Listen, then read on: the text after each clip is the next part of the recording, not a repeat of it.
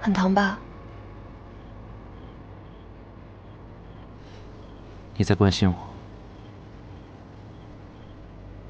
我只是觉得很对不起我自己。认识你以来，这样的痛我都不知道尝了多少次。身体发福都是我的，我却没有保护好自己。很好，凡事把自己放在第一位，你这罪没白受。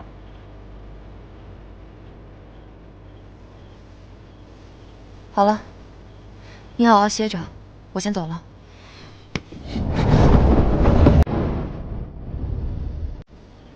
留下来吧。留下来干嘛？别误会，杀死九公主的凶手还没有找到，而我又在查办此事，以防万一，你还是不要一个人待着。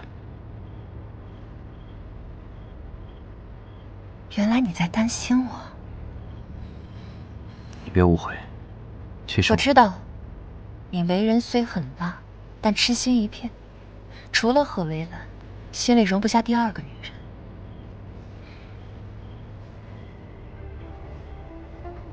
我不会会错意的。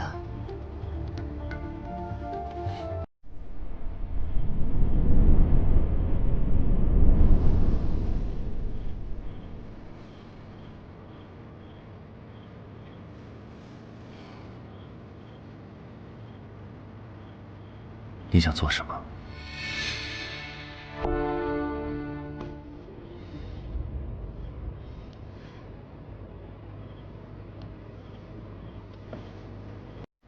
这几日发生太多事了，我有点害怕。以前我娘还在世的时候，都会握着我的手入睡，这样我便睡得安心了。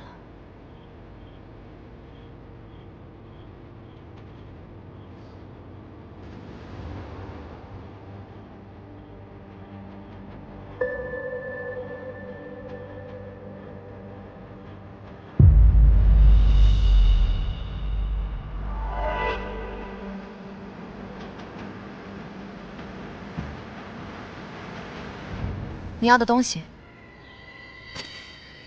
红颜果然是祸水，就是繁星絮也逃不掉。红颜若是祸水，那须眉不都是灾星了？这些都是失败的男人给自己找的借口吧。当然，小叔和他们不一样，无深信，子之才，前途未可限量。大事既定，你可别忘了我们的约定。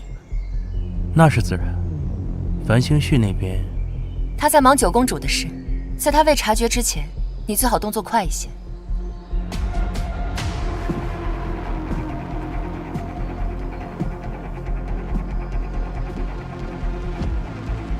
魏彦侯，这就是你查出的结果。圣上，此案分明是有人故意杀害九公主，嫁祸于大使节，目的就是为了破坏和谈，让两国陷于仇恨之中。有何证据？经仵作仔细查验，九公主的死因是窒息，应是被人掐住脖颈，导致无法呼吸而亡。这些我都知道。臣发现公主的脖颈、手腕、头皮等处皆留有细微的伤口，而这些伤口来自于围场的荆棘。这又如何？她进入围场狩猎，被荆棘划了几个口子，那有什么好稀奇的？确实不稀奇，但如果这些伤口是死后才出现的呢？活人的血流动快，受伤后容易血流不止，但死人却大不相同，血液流速慢，且颜色与活人愈合的伤口有所不同，所以臣断定，九公主身上的伤至少是死后2个时辰才出现。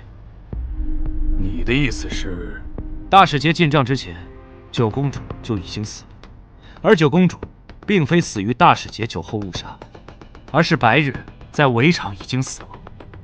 凶手将她的尸体从林间拖拽回来，安放于大使节房内。另外，臣发现，在大使节的酒中有人故意下药，使其昏迷。下药之人我已经抓住，只可惜他是被人以书信收买，并未见过收买之人。可恶！到底是谁？太后驾到！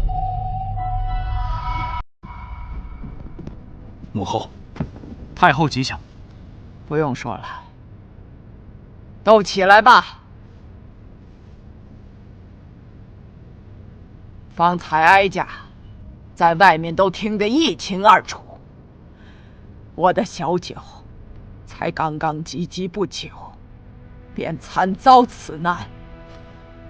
他死得如此痛苦，哀家实在是寝食难安。魏远侯说是有人利用小九的死破坏和谈，我看却不尽然，因为这和谈是你主持的，使节团也是你负责招待的，此事与你利益甚大，难保不会有意包庇。且之前小九被禁足，究其原因，也是因你们夫妻二人所起。你的调查结果，我不信。母后，此事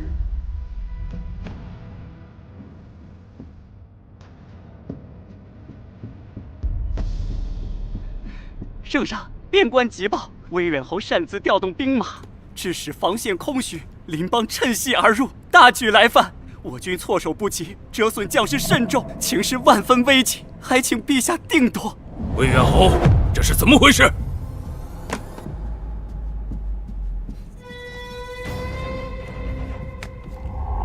这文书上的印鉴是真，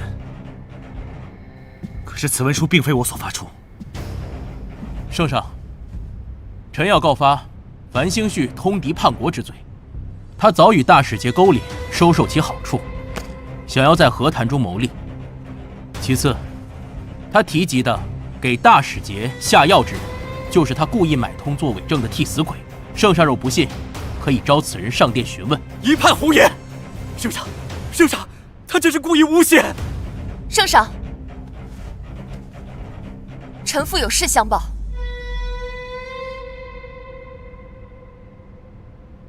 这边关文书，臣妇在侯府见过，由夫君亲自送出。臣妇惶恐，实在不敢隐瞒，这关系到两国民生，望圣上明察。魏远侯樊兴绪煽动兵马，致边疆大乱，大使节杀害九公主，魏远侯故意包庇，罪无可恕。即日起褫夺其侯位，将此一干细人缉拿入狱，即刻问斩。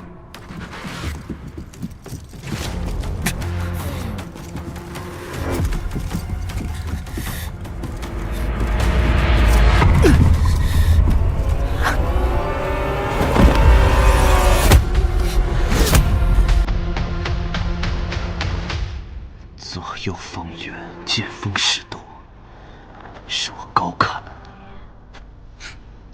你不是心心念念你的心上人吗？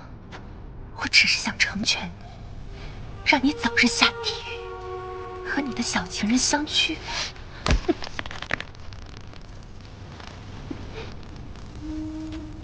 魏远侯，你疯了吗？还不快将他拿下！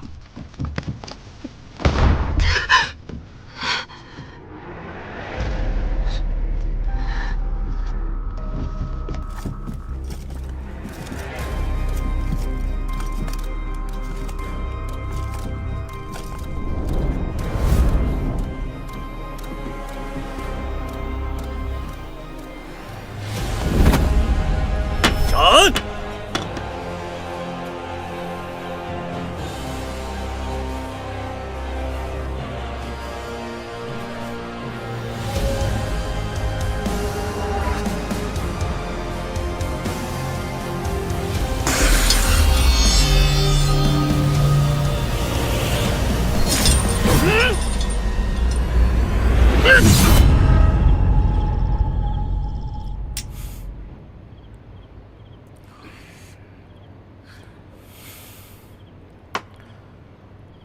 这次如此顺利，多亏了有你误导樊兴绪，给了他错误的线索。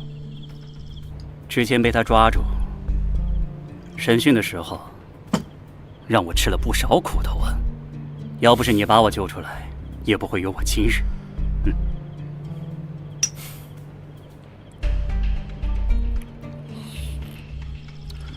上面允我几日后离府，这侯府很快便会被朝廷收回。等我将在外礼佛的妹妹和祖母接回，我便带他们离开大燕。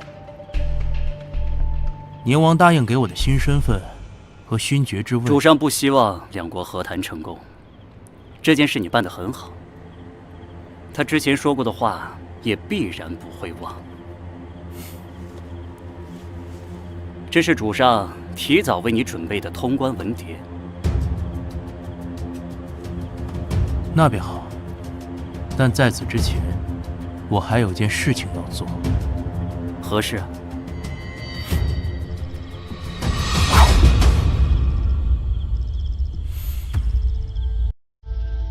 小叔这是何意？想要杀人灭口吗？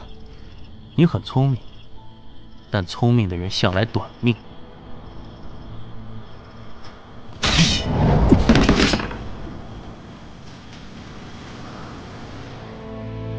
你不是已经被……我没有死，你是不是很失望？你们耍我！是我让他主动接近，也是我让他故意自保，将目的告诉你。一切都只是为了打消你的疑虑，让这场戏更逼真罢了。你这个人向来自负，绝对不会相信自己判断失误。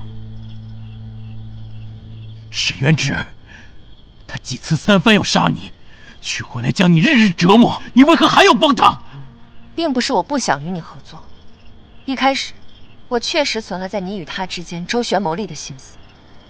鹬蚌相争，渔翁得利。我想看你们兄弟相争，谁占上风，我就倒向谁。所以你是觉得他占了上风？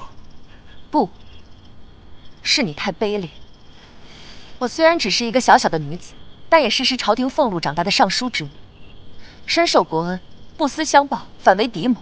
此等弃家国于危亡、背信弃义之事，我是万万做不出来的。什么狗屁家国！若不是那狗皇帝传位给他，威远侯还不一定谁的。都是一个爹生的，凭什么你是侯爷，我只是普普通通的勋贵？属于我的东西都要被你抢走。樊兴旭，我不会输的。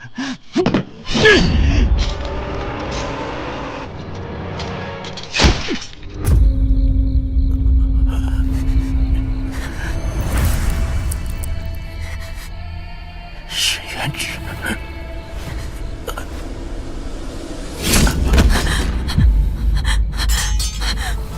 沈渊之，沈渊之，你的人情我还了。渊之，没事。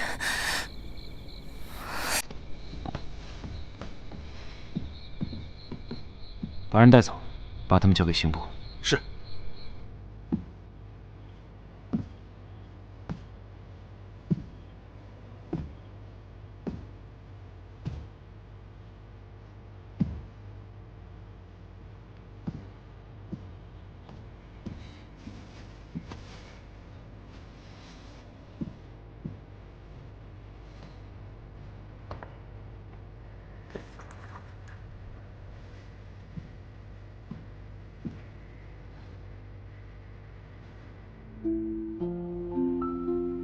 有件事我很好奇，你的心思如此缜密，算计得分毫不差。如你这般之人，九公主的死，真的是意料之外吗？什么意思？九公主可是亲口承认杀死了贺薇兰，夫君如此睚眦必报，真的会轻易放过她吗？可她身份尊贵，想要对付她，并不是一件容易的事。所以，借刀杀人就是最好的法子，既能一箭双雕，找出幕后之人，又可以除掉你的眼中钉、肉中刺。正好这时你身负重伤，完美的避开了一切嫌疑。我不懂你的意思。我一直觉得你很聪明，但有时候过分聪明并不是一件好事。你要学着藏巧于拙，好奇心不要那么重，不然，即便我不找你麻烦，你也会被自己害死。我要的答案已经有了，今日之言我也记下了。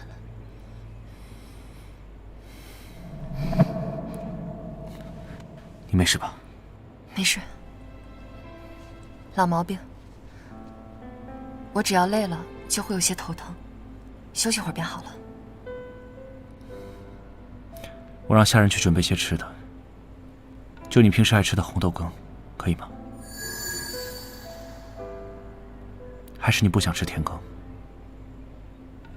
我去叫傅仪。不必了，我说了我没事。你为何对我这么好？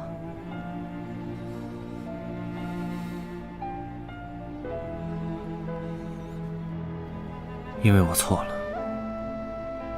魏兰之死本和你无关，是我自以为是，错看是非，把自己的无能还有愤怒宣泄在你的身上。你是在跟我认错吗？在围场的时候，你不是说此事尚有疑点，我的命还在你手里吗？做戏就要做全套嘛。何况以当时的情况，我们还是剑拔弩张来得好。所以你早就相信我了，是吗？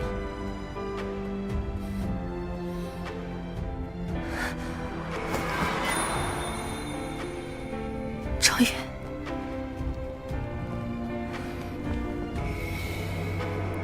这错我会永远记在心中，从今往后不会再犯。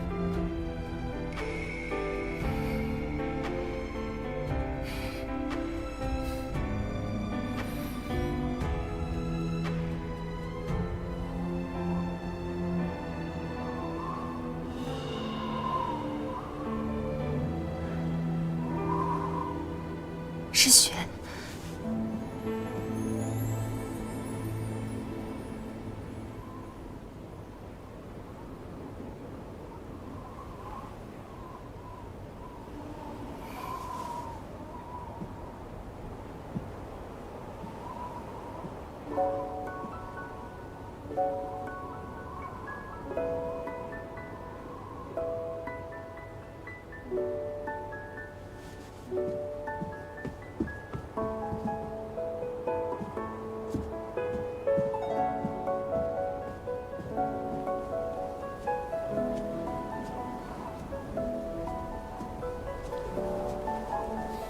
别着凉了。你喜欢雪？我随父亲迁任的时候去过漠北，那里十里冰封，到处都是冰雪。我那时候不懂事，去舔露天的冰柱子，结果舌头被粘在上面下不来，闹了好大的笑话。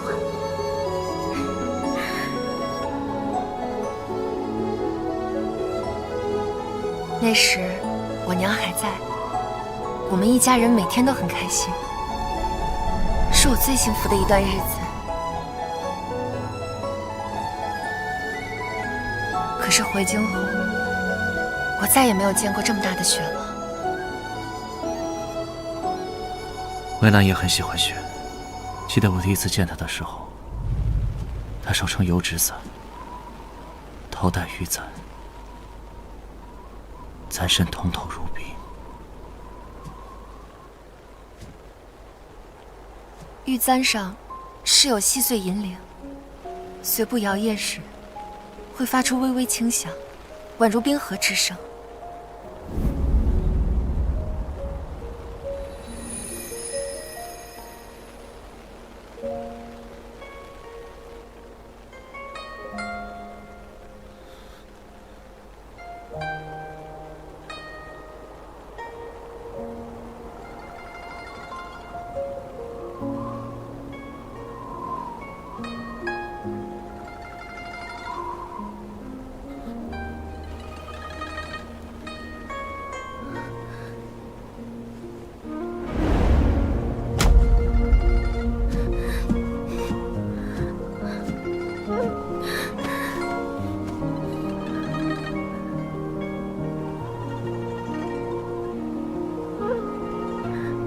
星旭哥哥，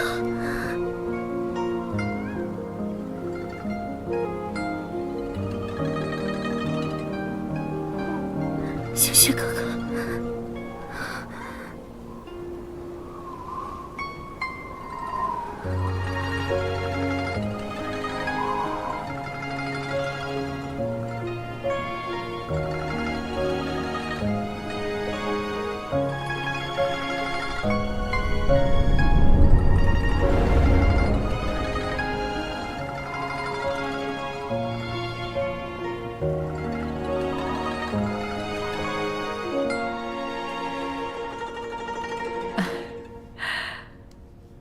微澜，你等了这么久，今天终于能如愿以偿了。这到底怎么回事？我陪祖母在严净寺礼佛的时候，正好遇见昏死在山边的贺姑娘，所以就把她救了回来。微澜受了伤，很多事情不记得了，但她一直都在念叨着你的名字，我们这才知道她跟你认识。想着她孤苦伶仃，又遭逢此难，想着就可怜，所以啊，我就把她带回来了。在闹市被马车撞击而死，且京兆府尹亲自查过，人已经下葬，怎么会出现在百里之外的严净寺？八嫂这是何意？这严净寺的大师都说了，微澜是命格奇异，纵使生死两尽，也能得到上苍庇佑，万劫而不陨。他一息尚存，便如枯木逢春，转瞬再生啊！这世间福祸生死，天地自有护他之道，哪怕命途多舛，终会重回尘世。正所谓凤凰涅槃，浴火而生，此命格天星错落，凡人不及测度。确实是奇闻异桩。恭喜贺小姐逢凶化吉，这样我便安心了。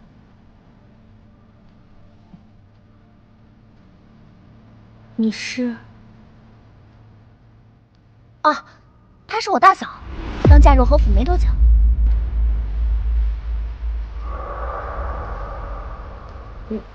你娶妻了？是。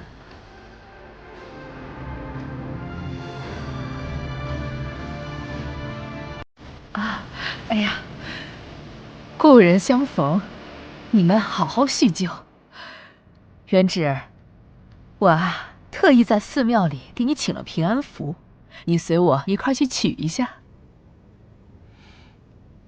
多谢祖母。来吧。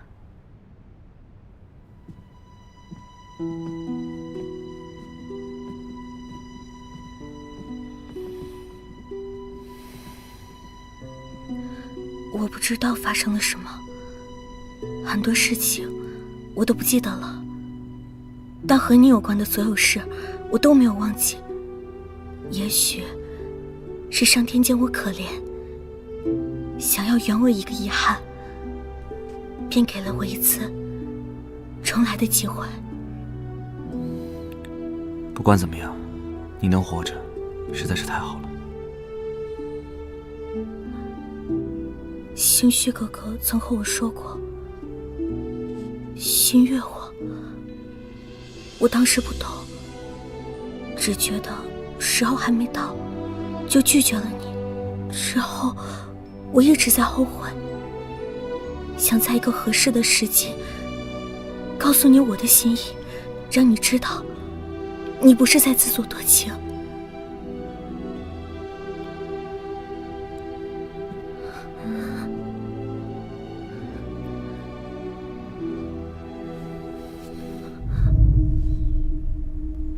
我确实心悦过你，也许就是时机不对，有缘无分。而如今我已有了妻子，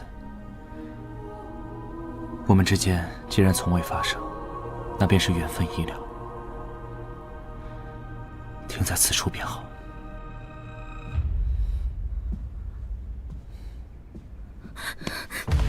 我不相信，你明明喜欢的人是我，你会娶她，只是因为误会，想要替我报仇，对不对？我什么都知道。既然我没死，你放他走，我们各归各位。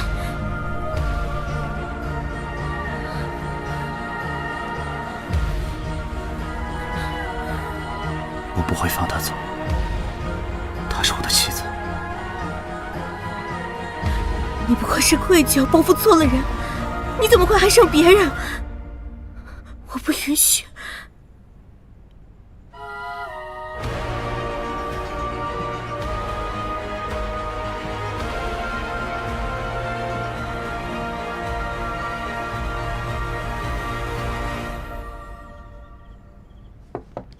进来。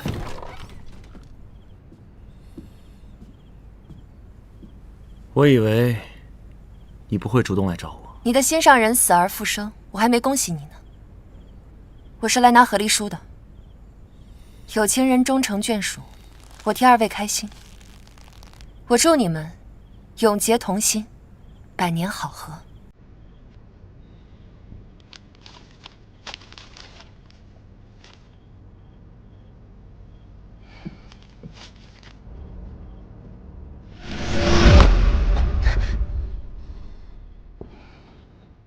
就这么迫不及待想要跟我和离吗？侯爷，这是何意？事情已经水落石出，该我这个倒霉蛋退场了吧？我与你和离后，你便能将贺姑娘明媒正娶回府，这不是皆大欢喜吗？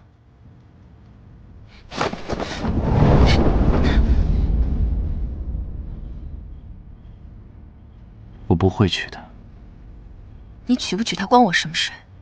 我对你们这些情情爱爱、卿卿我我的事情不感兴趣，我只想过平静的日子。樊星雪，你放过我吧。何蔚兰的死，没有表面上看起来那么简单。是，我是心悦过她，但我不是个傻子，我不会被感情蒙蔽了双眼，欺骗自己没事。所以，我不会和离。我需要你留下来。你需要我？对，我需要帮我。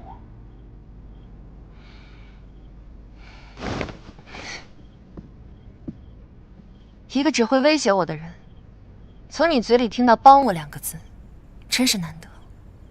你一定要让我如此难堪吗？男人的面子比天大，我的命就比草还贱。说吧，你要我怎么帮你？你不用贬低自己，是我之前做的太过分了。对不起，我希望你能帮我查清楚真相，在不打草惊蛇的情况下，用尽一切方法刺激他。这句话我送还于你，这么快便断情绝爱了？你到底是帮还是不帮？我可以做这个恶女，但是一切尘埃落定，和离之后，我不仅要带走我的嫁妆，我还要你威远侯府一半的家产。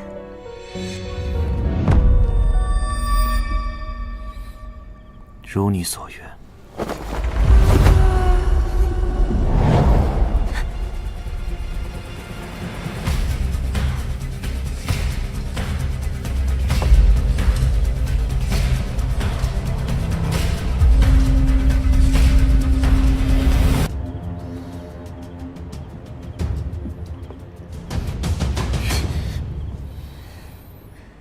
以后逢场作戏，可告知一声。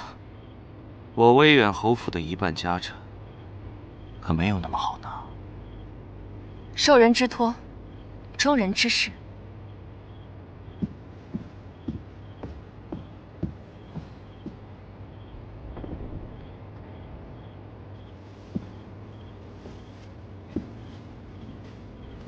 你脱衣服干嘛？夫君不是让我刺激他吗？长夜漫漫，你我是夫妻，自然要睡一张床。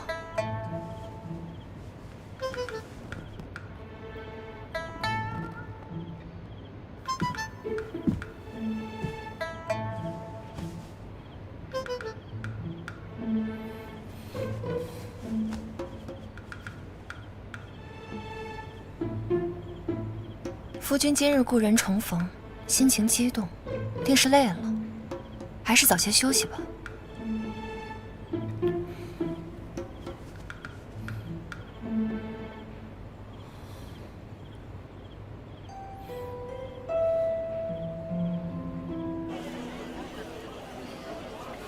这次兵行险招，总算是保住了和谈成果。多亏侯爷相助，否则我怕是早已身首异处了。我回去之后，会将发生的一切告知给陛下，查清楚背后是谁在搞鬼，破坏和谈。山长水阔，后会有期。珍重，替我向夫人问好。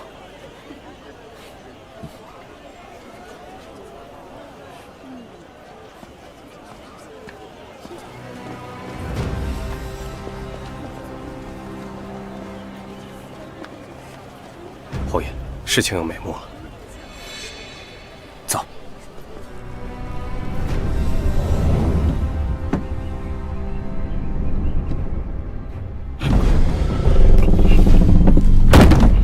怎么会这样？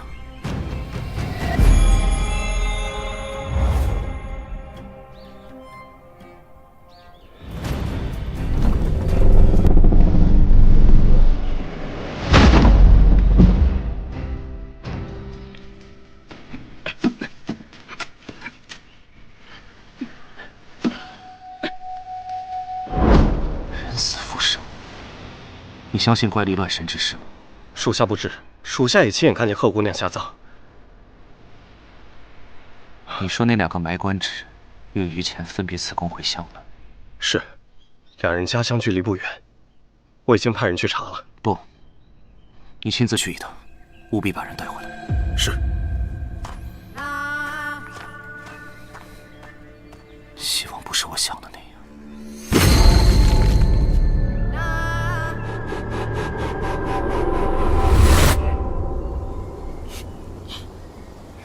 小姐，这侯爷最近好像不找您麻烦啦，还夜夜宿在您房中。您说咱们是不是要有好日子过啦？说什么呢？不过是刚出虎穴，又入狼窝。我这辈子最大的教训就是轻信了男人的话。人的命是掌握在自己手里的，若想改命，最后还是得靠自己。自从您嫁入侯府，我便越来越听不懂您说话了。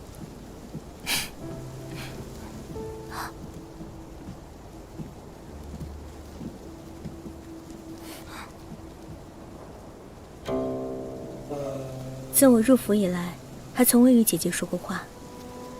你是兴许哥哥的妻子，我自然要与你多多亲近。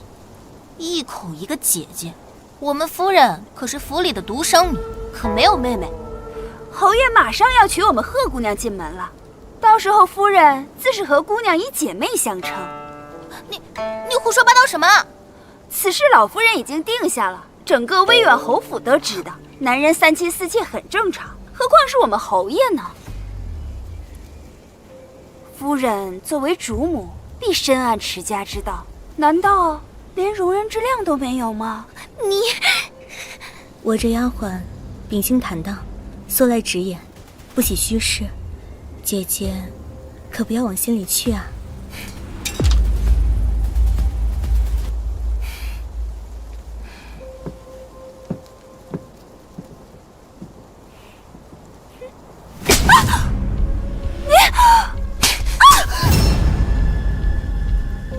你既然尊我一声主母，那我便教教你，如何尊重我这个当家主母。我如何持家，有没有容人之量，不是你可以随意指责的。何况你造谣生事，破坏贺姑娘的名声，到底有何居心？贺姑娘，姐姐这是何意？夫君将你们的事情都一五一十地告诉我了。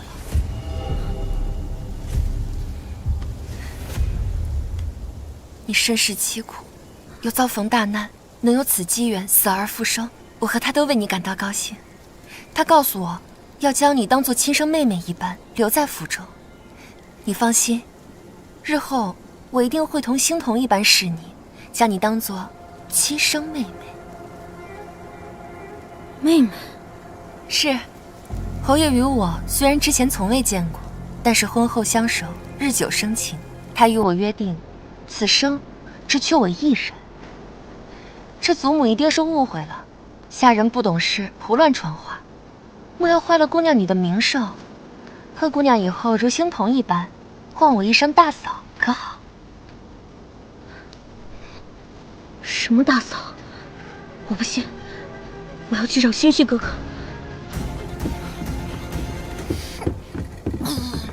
这人真是恬不知耻，哪有还未出嫁就惦记别人家丈夫的？慎言，我方才说什么了？莫要乱传话，坏了人家姑娘的名声。是。好了，收拾下东西，我还要等着去看下一出好戏呢。戏？什么戏啊？小姐。大嫂，这么着急，这是要去哪儿啊？我去看看你大哥。元芷，你虽为心腹，但也不能日日痴缠于夫君，传出去岂不是让人笑话你不识大体？祖母，我和侯爷两情相悦，琴瑟和鸣，这不是大好事吗？就应该传得人尽皆知，让大家都知道，这样就不会有人心怀鬼胎，觊觎不属于自己的东西。大嫂，你这是在一语双关，指责我们带回贺姑娘，破坏了你和大哥的关系是吗？哦，我没这个意思啊。如果你们这么认为，那我也没办法。沈元芷，你眼里到底有没有尊卑礼节？上梁不正下梁歪，若长辈先行失德，怎能指望晚辈知礼呢？先自省，方能有指教的立场。劳烦二位让让，我要去见夫君了。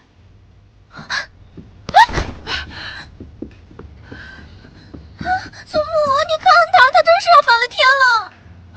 不行，我一定要把他赶出去，给魏远侯府换一个当家主母。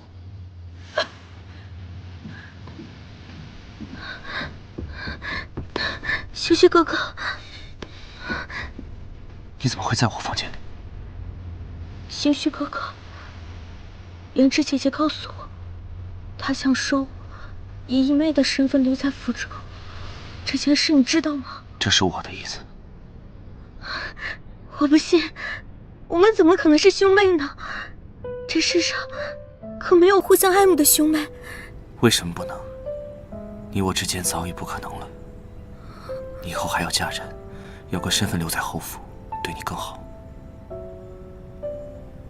若不是阴差阳错，我们早就捅破窗户纸，有情人终成眷属了。他沈渊只不过是后来的。我知道你有担当，有责任心，对他心中有愧。我愿意接受和他共侍一夫。你知道你在说什么吗？两人共侍一夫，你不是这样的人。我是什么样的人？我昨晚在你房外看着你们亲热，我觉得自己要疯了。明明不是这样的，怎么说变就变了？星旭哥哥，你心里还是有我的，对不对？你只是想报复我，拒绝过你，对不对？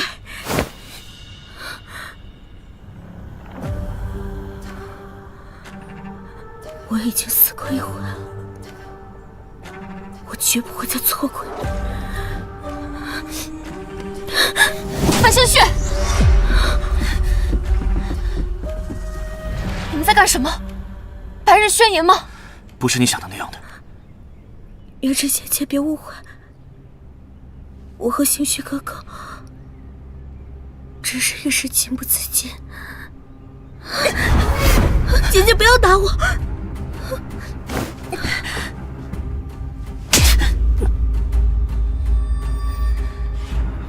范星旭，你还记得你在我面前发过的誓言吗？你说你爱我知己，今生今世只娶我一人，绝不纳妾。